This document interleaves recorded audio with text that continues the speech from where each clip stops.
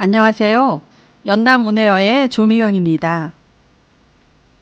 극장에 불이 꺼지고 스크린이 천천히 밝아질 때 우리는 그 어둠 속에서 삶보다 더 선명한 장면들을 만나곤 하죠. 오늘 연남온에어에서는요, 그 스크린 안팎에서 영화와 함께 인생을 살아내신 한 분을 모셨습니다. 산문집, 극장에는 항상 상훈이 형이 있다의 저자, 한상훈 작가님입니다. 이 책은 최근 출판사 불란서 책방에서 발간됐고요. 작가님은 마치 영화 속 인물처럼 사랑하고 현실과 환상의 경계에서 영화를 살아낸 분이시죠. 본격적인 대화를 시작하기 전에요. 오늘의 첫 곡으로 한상훈 작가님이 사랑하는 영화 중 한 편, 마지막 황제의 테마곡입니다. 엔딩 크레딧에 나오는 테마곡인데요.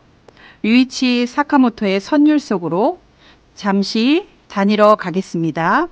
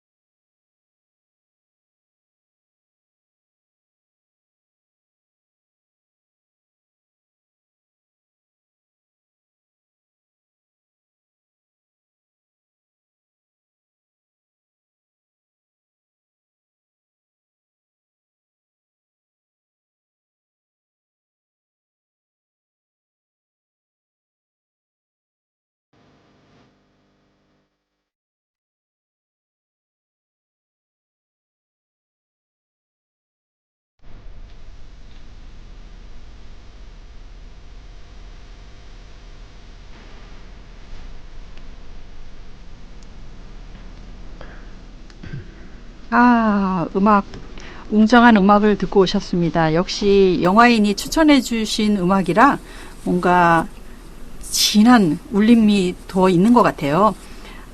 지금 들으신 곡은요, 마지막 황제의 테마곡인데요. 루이치 사가모토 작곡하신 곡입니다.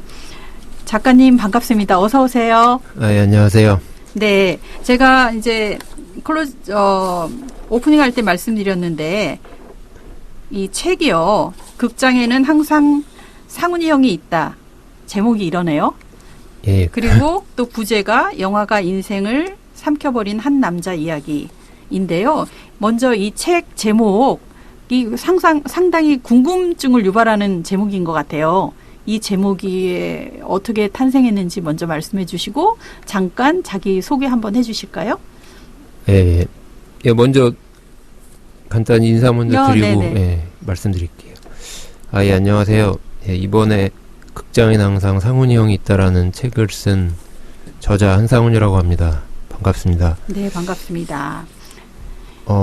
이 책 제목은요. 네. 그 영화 유튜버 중에 네, 김시선이라는 분이 계신데요. 네. 제가 잘 아는 분인데 그분이 오늘의 시선이라는 책을 몇 년 전에 냈어요. 근데 거기 영화는 사람입니다라는 챕터가 있는데 거기에 제 얘기를 실어줬는데 그 글 제목이 극장에는 항상 상훈이 형이 있다거든요. 네. 예, 근데 이제 제가 그 제목이 마음에 들어서 지금 책 제목으로 써도 되냐고 허락을 받아서 쓰게 됐고요. 그리고 제가 이화여대 후문에 있는 필름 포럼이라는 극장에서 2023년부터 또 극장엔 항상 상훈이 형이 있다라는 영화 토크 행사를 또 진행 중이에요. 그때도 마찬가지로 김시선 유튜버님한테 허락을 받고 또 쓰고 있었고요. 예. 그래서 제가 지금 문득 드는 생각이 상훈이 형이 있다 할 때 이 상훈이 형이 하나의 대명사가 나중에 되지 않을까. 사실은 이제 한상훈 작가님의 이름이기도 한데 예를 들면 시네필의 대명사가 되지 않을까 이런 생각이 드네요. 그렇게 된다면 참 좋겠어요. 예, 그렇게 되면 영광일 것 같습니다. 네네. 그리고 여기 책 표지 표지에 보니까 한상훈 저자 설명하는 난에 극장의 유령 몽상가 이렇게도 되어 있네요. 극장의 유령 몽상가는 저자를 설명하는 한 단어이겠죠? 예, 제 스스로 그렇게 표현을 해봤습니다. 스스로 표현하신 거예요? 네네. 네. 어떤 의미가 있었을까요? 극장의 유령 몽상가. 예, 그러니까 몽상가는 일단 제가 좀 비현실적인 생각을 좀 할 때가 있는 것 같아서. 그래서 제가 오프닝 할 때도 현실과 그렇게 환상을 오가는 분 아닌가 이런 생각이 들어서 말씀드린 거예요. 이 책을 다 읽고 나니까 그런 생각이 들었어요. 예. 네.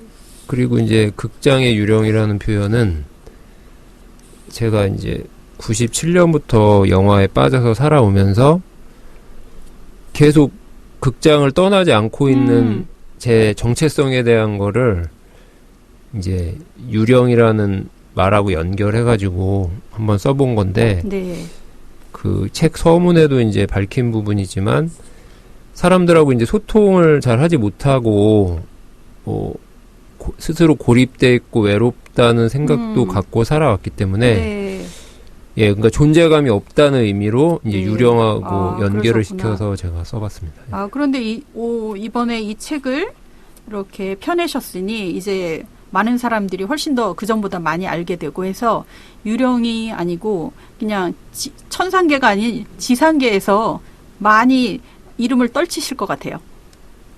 예, 그렇게 되면은 좋을 것 같은데. 그리고 우리가 이제 본격적으로 제가 질문 드리기 전에 이 책에 대해서 책 겉표지를 보니까 책에 대한 얘기를 잠깐 드리면 여기 뒷면에는 봉준호 감독님께서 써주신 짧은 글이 있는데요. 제가 읽어드릴까요? 언제나 영화의 곁에 있었던 사람, 그의 비밀스러운 사랑 이야기, 조심스레 들춰보는 시네필의 일기장 이렇게 되어 있네요. 그리고 김지윤 감독님도 써주셨고 김용만 킴스 비디오 대표님도 써주셨고 또 여러분이 써주셨고 또 추천사도 써주셨는데 먼저 이 책에 대해서 잠깐 제가 이 순서 차례를 말씀드리면 제 4장까지 되어 있는데요. 1장이 극장전, 2장이 미치광이 같은 사랑, 제 3장이 누구를 위하여 종은 울리나, 그 다음에 4장이 어느 가족 이렇게 되어 있는데요.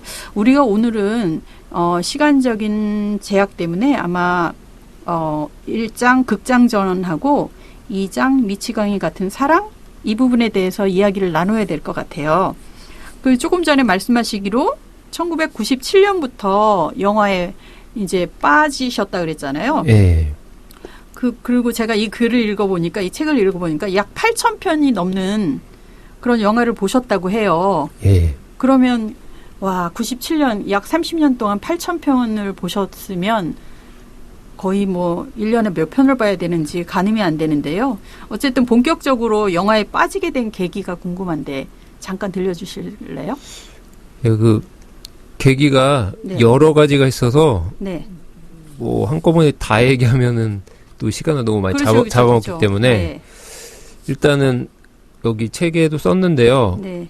이제 가장 결정적인 계기 중에 하나가 제가 이제 칸 국제영화제 97년도에 수상 기사를 신문에서 우연히 봤어요. 네. 근데 그때 일본의 이마무라 쇼헤이의 운하기라는 작품과 이란의 아바스 키아로스타미의 체리 향기라는 작품이 칸 국제영화제 황금종려상을 공동으로 수상을 했거든요. 네. 그리고 이제 왕가희 감독의 해피투게더가 감독상을 받았고, 그러니까 제가 딱 그 기사를 보는데 이제 아시아 영화가 그해 칸 국제영화제를 휩쓸었는데 한국 영화가 없잖아요, 명단에. 네. 네. 근데 이제 이게 제 인생의 미스테리이기도 한데 제가 스스로 그런 질문을 할 어떤 논리적 근거가 없다는 의미로 제가 미스테리라는 표현을 쓴 건데요. 제가 그 기사를 딱 읽다가 갑자기 이런 생각을 한 거예요. 아니, 한국 영화는 왜 이 명단에 왜 없는 거지? 예, 이런 의문을 제가 품게 된 거죠, 갑자기. 그래가지고 도대체 일본 영화 얼마나 잘 만들길래 상을 받았을까. 그래서 제가 원래는 구로사 아키라의 라쇼몽이랑 뭐 7인의 사무라이 이런 영화들 제목은 알고 있었는데 찾아볼 생각은 안 하고 있었거든요. 그 일본의 거장으로 평가받는 구로사 아키라 영화들. 근데 이제 직접 제가 확인을 해봐야겠다. 그런 생각을 갖고 캐나다로 어학연수를 갔을 때 비디오로 제가 그 라쇼몽이랑 7인의 사무라이를 네. 다 사와가지고 이제 봤는데 그때 이제 같이 사왔던 영화 중에 잉마르 베리만의 산딸기라는 작품과 윌리엄 와일러의 우리 생애 최고의 해, 페데리코 펠리니의 8과 2분의 1 이렇게 다섯 편을 제가 사갖고 와서 이제 시청각실에서 막 자기 영어 자막으로 막 봤어요. 근데 보면서 이제 뭔가 영화에 또 이렇게 매혹되기 시작한 어떤 큰 계기가 만들어진 거죠. 예. 진짜 그거, 영화를 사랑하시는 분이라는 걸 지금 확실히 제가 느낀 게 그 지금 쭈루룩 말씀해 주신 거가 그 다 외국인 이름도 있고 뭐 한국 사람 외국인 이름도 잘 못 외우기도 하는데 하나의 막힘도 없이 쫙 얘기해 주시는 게 저한테는 참 신기한 것 같아요. 네. 예, 뭐 기억력이 좀 나쁘지 않아서 단지 그거는 단지 기억력이 아니라 진짜 사랑하시는 거죠. 그래서 이 책에 보니까 참 보통 책에 이제 안에 속지에 들어가면 누구누구에게 바친다 이런 게 나오는데 여기 보니까요. 나의 사랑하는 영화에게 이렇게 헌정하셨네요. 예. 예를 들면 뭐 진짜 영화에게 바치는 글이네요. 그렇죠? 네, 그 제가 서문에도 썼는데 네. 한 번도 답장을 받지 못한 제 짝사랑을 표현한 연애편지 모음집이다. 이렇게도 제가 썼었죠. 네. 대단하신 것 같아요. 근데 어쨌든 사랑이라는 건 혼자 못하잖아요. 짝사랑도 대상이 있는 건데 지금까지는 아마 영화가 짝사랑의 대상이라고 생각하셨나 봐요. 예, 그렇습니다. 근데 제 생각에 이제 이 책이 나왔으니까 이제 홀로 하는 사랑이 아니라 뭔가 상호작용이 있는 사랑을 하게 되지 않을까. 뭔가 그런 느낌 안 드세요? 예, 그러니까 일단은 뭔가 응답을 받은 것 같은 느낌은 못 받으셨어요? 그러니까 제가 책을 어쨌든 30년 만에 네. 영화를 이렇게 짝사랑하기 시작하고 30년 만에 책을 한 권 냈다는 것 자체가 예, 일종의 응답이라고 볼 수도 있겠다. 예, 그런 생각은 최근에 좀 하게 되더라고요. 근데 이제 네. 사실은 많은 사람들이 나 영화 좋아해. 뭐 이런 말을 하잖아요. 근데 이제 그들에게 영화는 취미이거나 뭐 다른 일을 하면서 병행할 수 있는 대상일 텐데 우리 한상훈 작가님은 오롯이 영화만을 위해서 꼭 위하지 않더라도 영화와 함께한 30년의 세월을 보내신 거잖아요. 예. 그러니까 어쨌든 제 생각에는 이렇게 하나의 글이 엮어져서 이렇게 책으로 나왔다는 거는 앞으로 영화를 짝사랑만 하는 것이 아닌 상호작용 속에서 사랑을 더 깊게 하지 않을까 그런 생각이 드는데 어떠세요? 네, 저도 네. 앞으로 그렇게 됐으면 좋겠네요. 네. 그리고 이 책 표지도 마음에 들고요. 표지에 한상훈 작가님이죠. 네. 키 크신 한상훈 작가님이 딱 나와 있고 마주보는 벽면에 어떤 그림이 있어요. 예. 이 어떤 그림인지 듣고 계신 분은 이 그림을 못 보겠지만 이 표지를 못 보겠지만 보는 것처럼 설명해 주시겠어요? 예, 뭐 요즘에는 네이버에 이름만 쳐도 바로 이미지가 뜨니까 그렇죠. 예, 이미지 보시면서 뭐 설명 들으실 수도 있을 것 같은데요. 네. 그게 이제 제가 에드워드 호퍼 전시회 때 포토존에서 찍은 사진을 활용한 표지거든요. 이게요? 예.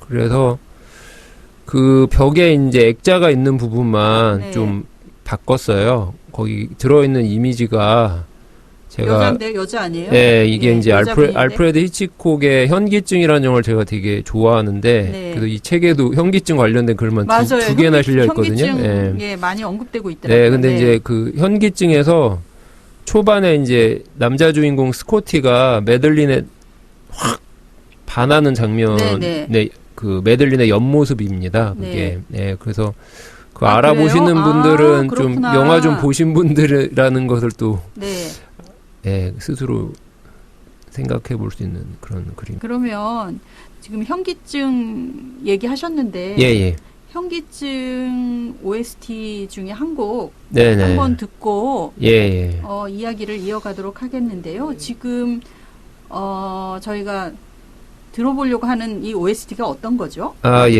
그게 이제 이 신드 아모르라는 곡인데 버나드 허만이라는 작곡가가 작곡을 했고요. 이 영화에서 제가 가장 좋아하는 클라이막스 부분에서 흐르는 곡이에요. 근데 그래요? 이 영화가 좀 결말을 알면은 재미가 없는 작품이기 때문에 그냥 일단은 한번 들어볼까요? 곡으로서만 좀 감상해 주시면 좋을 것 한번 같습니다. 들어볼게요. 그러면.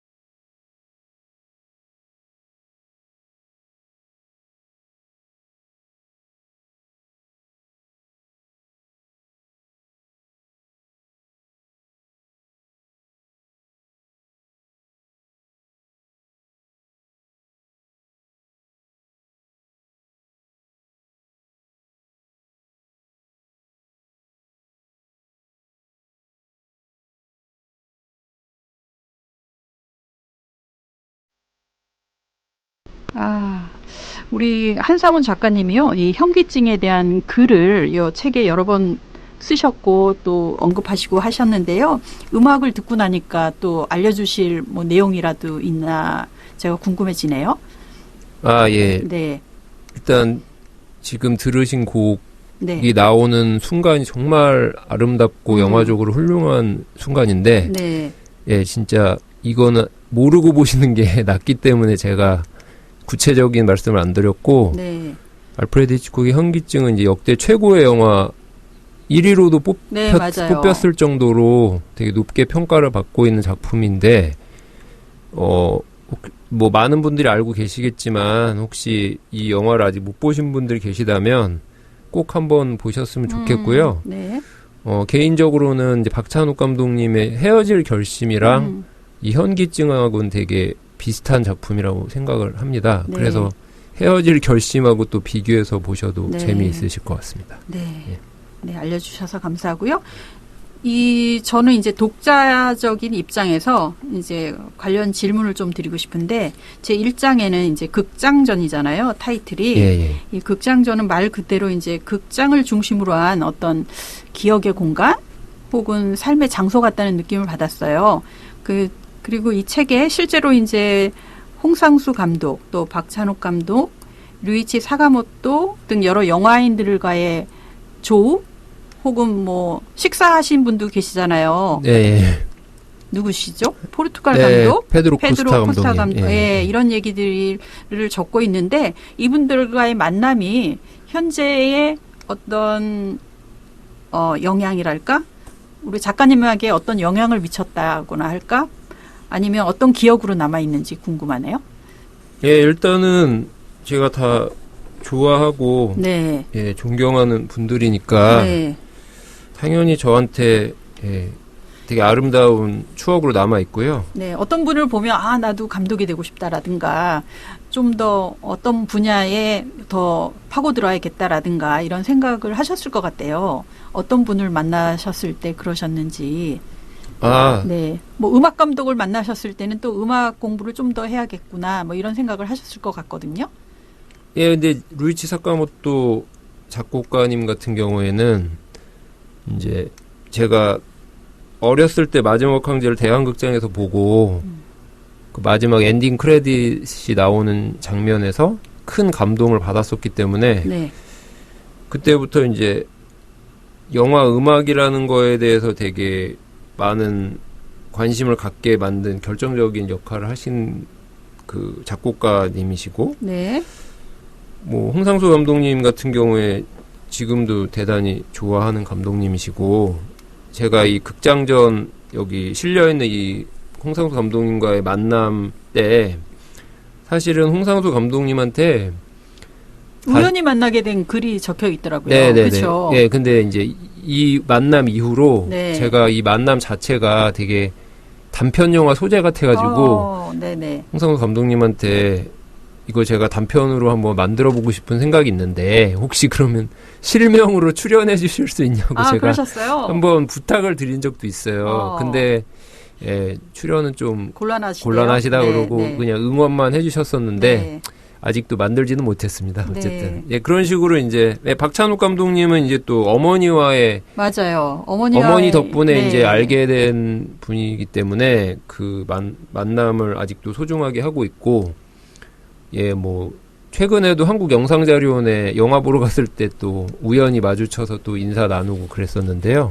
그러셨어요? 네, 네. 박 감독님하고는 그렇게 극장에서 자주 우연히 많이 마주쳤었습니다. 그러면 가끔 한두 마디 이렇게 영화 관련 대화 나누고 그랬었는데요. 예, 그래서 예, 지금 말씀드린 그런 분들과의 만남은 당연히 다 저한테 그렇게 소중한 기억입니다. 네, 이게 작가님이 이제 극장에는 항상 상훈이 형이 있다. 이 산문집도 내셨지만 그동안에 또 영화 또 단편 영화도 만드시고 또 영화 제작 현장에도 스태프로 참여하시고 하셨는데요. 이렇게 스크린 바깥에서 영화를 만났을 때 관객일 때와 그냥 영화를 보기만 했을 때와 전혀 다른 감정이 있었을 것 같아요. 어떠셨나요? 근데 그것도요. 네. 그 초반에 말씀하신 대로 제가 약간 영화와 현실 사이에서 항상 이렇게 헤매고 있는 사람이다 보니까 다른 사람들보다 이렇게 영화에 출연한다고 막 평소에 제가 관객으로 있을 때보다 막 크게 막 다르다고 또 안 느꼈던 것 같아요. 그래서요? 어떻게 생각하면. 그냥 이것도 삶의 그냥 어떤 하나의 연장으로 그냥 자연스럽게 좀 받아들였던 쪽인 것 같아요. 물론 이제 제가 그냥 일로서 만났을 때 그냥 뭐랄까 일에 대한 뭐라 그러죠? 거룩함 내지는 그런 걸 느끼신 거 아닌가 싶은 생각이 들었어요. 그냥 영화 삶이 저한테는 별로 이렇게 구별이 잘 안 되는 상태니까 그냥 삶의 일부로서 그냥 또 받아들이고 그랬던 것 같은데, 물론 아예 뭐 신기하거나 그런 게 없다는 게 아니라 상대적으로 다른 사람들보다는 막 되게 큰 차이를 못 느꼈던 것 같아요. 단역도 맡으셨잖아요. 네네. 배우로서 참여하셨는데 연예인병이 있다거나 그런 걸 이렇게 발견했다거나 배우가 된 느낌 같은 거 있잖아요. 네, 그건 이제 제가 아는 분이 저한테 예전에 저는 스타가 되고 싶어하는 사람인 것 같다는 얘기를 하신 적이 있어요. 근데 제가 보면은 스스로 좀 지금 존재감이 없는 상황에서 유령이라는 표현을 썼는데, 뭐 사람들한테 사랑받고 싶고 그런 타입의 사람은 맞는 것 같거든요. 뭐 그냥 그 정도로. 제가 맞아 사랑받고 있다라는 생각이 들었던 것이 어렸을 때 굉장히 유복하게 크신 게 이렇게 배경으로 나와 있더라고요, 책에. 그러니까 이렇게 어렸을 때 사랑받고 자란 사람은 어떤 제 경험에 의하면, 제 경험이라기보다 제가 본 경험에 의하면 어른이 되어서도 큰 곤란을 겪어도 잘 딛고 일어서는 것 같던데요. 그래서 제가 느끼기에 한상훈 작가님은 참 사랑받고 크셨고 지금도 사랑을 받고 계시다, 이런 생각이 들었습니다. 네, 근데 이제 항상 갈구하는 거죠, 그 사랑을. 네. 근데 이제 실제로는 제가 서문에 썼지만 이게 어느 시점부터는 그렇게 더 이상 사랑받지 못하는 상황으로 갔던 거에 대해서 제가 되게 힘들어했던 거고, 그게 이제 회복이 오랫동안 안 되고 있었다는 내용이 이제 거기 책에 적혀 있는 거고, 그렇죠. 그 사랑을 앞으로 이제 더 과거의 그 시절로 돌아가지는 못하겠지만 어쨌든 이제는 다른 방식으로 제가 그 문제를 해결해야 되는 과제가 있는 것 같아요. 그리고 배우로도 참여하셨고 그 연출하신 작품들도 있는데, 제가 본 그 단편 영화랄까요? 그게 동재기 나루토의 여름이었어요. 근데 제가 유튜브에서도 봤는데 이게 딱 3분짜리더라고요. 그리고 대사가 한마디도 없어요. 앞에 그런데, 잠깐 나오죠. 그거는 남편. 그렇죠. 그거 하나. 그런데 제가 이거는 무슨 메시지를 전달하고자 합니다라는 게 딱 느껴졌어요. 감사합니다. 그러면 저는 느꼈는데 그 감독님으로서 이 작품 동재기 나루토의 여름에서 전하고자 하는 메시지는 무엇이었나요? 그러니까 일단은 이 작품의 아이디어는 이 영화에서 프로듀서로 참여해 주신 권명환 PD님께서 아이디어를 주셨고, 제가 그걸 이제 시나리오로 써서 연출한 작품인데요. 이제 가정 폭력으로 고통받던 여성이 어떤 우연히 전철에서 또 다른 아들을 잃은 아픔을 갖고 있는 한 여성을 만나서 서로 이렇게 연대하고 서로 위로하면서 힘을 얻고, 그 다음에 마지막에 결정적으로 이제 지하철을 타고 가다가 우연히 어떤 아름다운 노을을 보는 모습을 통해서 어떤 삶의 위안을 전달하고 싶었던 것 같습니다. 그럼 이 작품 말고도 또 연출하신 작품 소개를 잠깐 해주시겠어요? 제목만이라도 말씀해 주세요. 예전에 이제 미디액트라는 데서 독립영화 제작 워크숍을 들었었는데 거기 수료작으로 로맨틱 코미디라는 작품을 만들었었고요. 그 다음에 외계로부터의 시포기획이라는 작품도 있고 네. 아버지를 직접 출연시킨 흐르다라는 단편도 있었고요.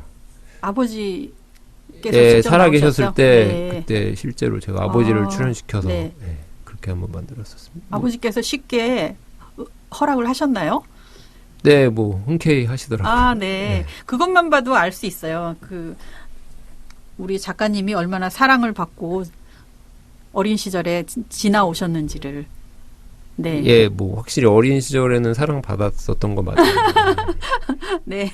네. 그리고 두 번째 장이 미치광이 같은 사랑이거든요. 예, 예. 잠깐 책 한번 제가 볼게요. 미치광이 같은 사랑을 보니까 여기에는 그 매체들의 칼럼 쓰신 내용을 이렇게 담아 놓으셨는데, 매체라고 하면 쿨투라, 이게 문화 잡지인데요. 여기에서 글도 쓰셨고, 그다음에 웹진 시나마토그래프, 여기에도 글을 쓰셨고, 그다음에 영화사 10월에 블로그에 이제 글을 많이 기고를 하신 것이 이게 모두가 다 이제 영화에 대한 리뷰, 그다음에 영화에 대한 생각들을 쓰신 칼럼인데요. 이 중에서 특히 이제 글 쓰신 것 중에서 애착이 가는 영화 하면 또 현기증 말씀하시려나? 네. 네, 어떤 영화가 있었을까요? 네, 저 일단 희생이라는 안드레이 타르코프스키의 희생이라는 작품을 말씀을 드리고 싶은데, 그러니까 현기증은 이제 앞에 살짝이라도 언급을 했으니까요. 네. 이제 제 책에도 썼지만 제가 이제 영화에 미쳐 살아왔지만 다른 한 축은 제가 기독교인인데 크리스찬인데 예, 제가 기독교인으로서 살아온 그 삶이 그 영화랑 이렇게 같이 저는 맞물려 있거든요. 아, 이 희생이란 영화. 예, 희생이라는 작품이 이제 개인적으로 가장 위대한 기독교적인 영화 중에 한 편이라고 생각을 하는데요. 네. 여기에만 그러니까 희생, 예찬 이렇게 되어 있네요. 네네네. 예찬. 네네네. 그래서 당연히 크리스찬으로서 안드레이 타르코프스키 감독을 많이 좋아했었기 때문에 지금도 좋아하고 있지만 예, 일단은 희생을 말씀드릴 수 있을 것 같네요. 아, 그러시구나. 그리고 또 다른 영화도 소개시켜 주시겠어요? 여기에 글 쓰신 것 중에? 흐르는 강물처럼. 네, 나루세 미키오. 예, 나루세 미키오 감독은 박찬욱 감독님이 친절한 금자씨라는 영화에서 나루세 빵집이라는 그 나루세 이름을 가져와서 이렇게 빵집 이름도 쓰셨었고, 그다음에 아가씨라는 작품에서 히데코라는 그 김민희 배우가 맡은 역할의 히데코는 원래 그 나루세 미키오의 뮤즈로 많이 참여했던 다카미네 히데코에서 가지고 온 거거든요. 그러니까 이게 박찬욱 감독님이 국내 나루세 미키오를 알리는데 많이 앞장서셨고, 저도 되게 좋아하는 감독인데요. 멜로드라마의 일단 거장이라고 볼 수 있고요. 네. 개인적으로는 나루세 미키오의 흐트러진 구름이라는 작품을 대단히 좋아합니다. 네. 네. 여기에 올리신 글을 다 말씀드리기는 시간 관계상 어려울 것 같으니까요. 말씀해 주신 희생, 이 관련돼서 음악 하나 듣고 오는 건 어떨까요? 예. 네. 그 곡이 이제 바하가 작곡한 마테 순환곡에서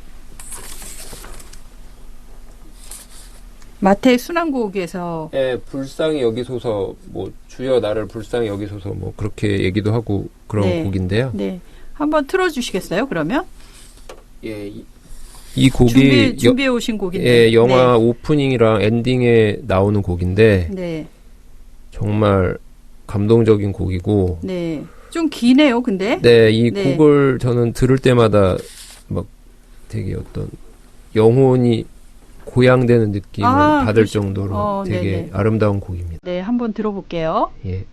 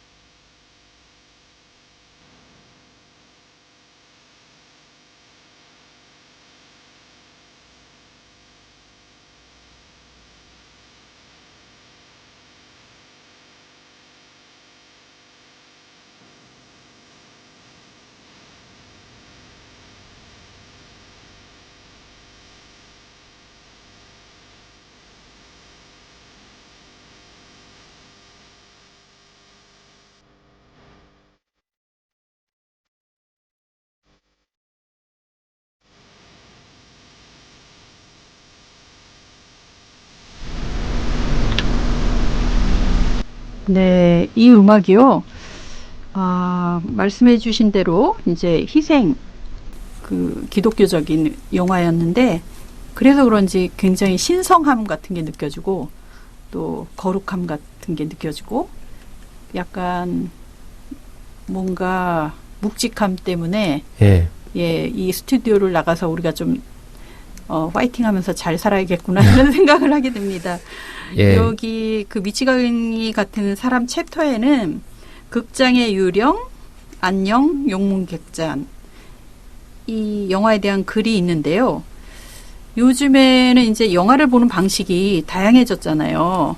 예. 그래서 이 영화가 이제 폐관을 앞둔 하루 앞둔 복화 극장을 배경으로 한 영화인데 그래서 이 제목, 책 제목 극장에는 항상 상훈이 형이 있다. 이 책 제목, 그 다음에 복화극장 이렇게 같이 어울려져서 뭔가 우리에게 주는 메시지가 있을 것 같아요. 요즘에는 특히 극장을 찾는 일이 줄어들고 있잖아요. 그러면 이런 변화 속에서 작가님께서는 이 극장이 단지 하나의 공간의 의미를 넘어서서 어떤 다른 의미, 깊은 의미가 있을 것 같은데 그리고 되게 속상했을 것 같아요. 이 복화극장이 없어지는 그 영화를 보면서는. 어떻게 생각하세요? 이 극장이라는 공간에 대해서? 예, 그러니까 저는 예전부터 극장에서 영화를 보는 게 가장 좋다고 생각을 해왔어요. 그러니까 뭐 비디오나 블루레이나 DVD나 그런 식으로 볼 수도 있고 요새는 핸드폰으로도 보잖아요. 핸드폰으로도 볼 수 있고 지금 다양한 방법으로 영화를 볼 수가 있는데 저는 극장을 제일 우선시하는 이유가 극장에 오는 관객들도 영화 일부라고 생각을 하거든요. 네. 그러니까 뭐 예를 들면 뭐 연인끼리 영화를 보러 갔으면 그 아름다운 추억은 영원히 남는 거잖아요. 네네. 기억을 공유하는 거죠. 예. 그리고 이제 뭐 좀 자기랑 사이가 안 좋은 A라는 사람이 있어요. 예를 들어서. 근데 제가 그 사람하고 코미디 영화를 보면 그 코미디 영화를 보면서 같이 웃는다는 게 저는 좀 놀라운 것 같아요. 그러니까 그런 경험들을 같이 공유할 수 있다는 게.